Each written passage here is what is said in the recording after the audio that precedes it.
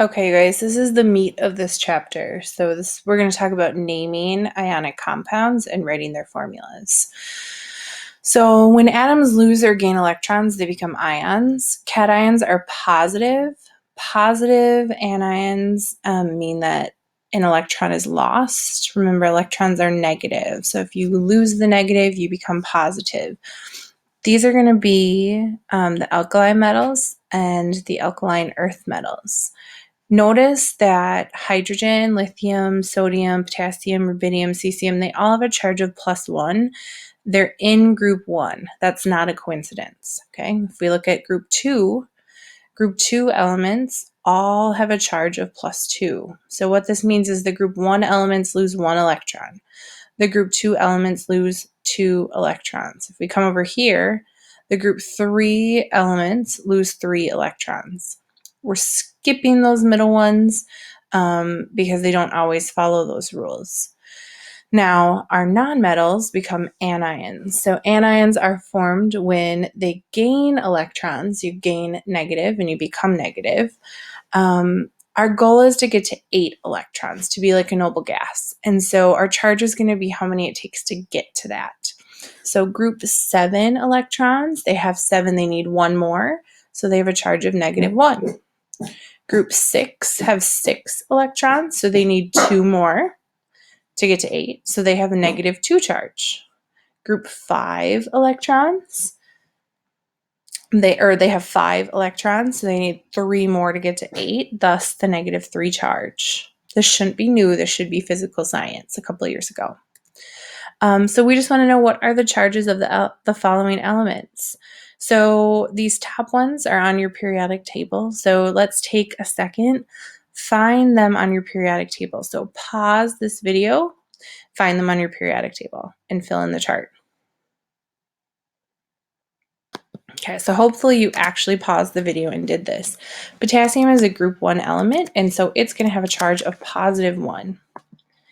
Barium is a group 2 element, so it's going to have a charge of +2.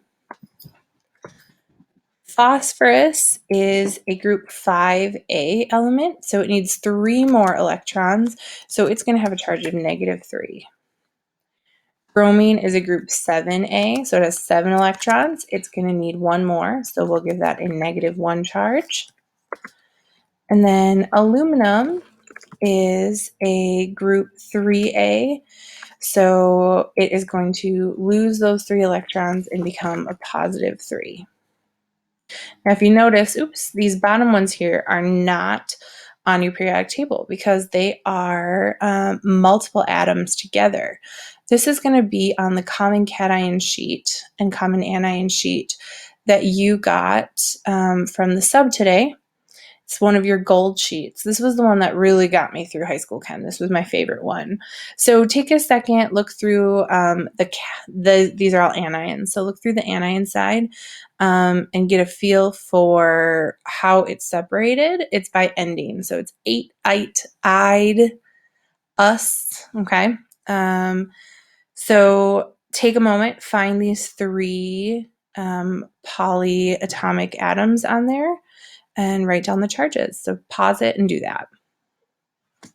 Again, hopefully you actually paused it and have these charges already written down, but we'll check just to make sure. So NO3 is going to be a -1, nitrate. Careful that you didn't look at nitrite.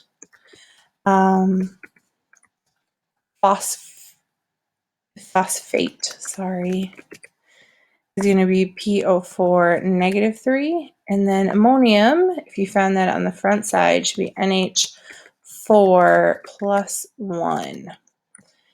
On your sheet, the names that are bolded, these are names and charges that you're going to have to memorize. Any of the other ones, except for the single elements, because you can use your periodic table for those, are going to be ones that I would either give you or you'd be able to look up. Okay, ionic compounds. This is what we're going to focus on. These are formed between metals and nonmetals. So you're going to find one element, the first one, on the left side of the table, and then the second one is going to be on the right side of the table. So like NaCl Na is a metal, Cl is a nonmetal. When we write formulas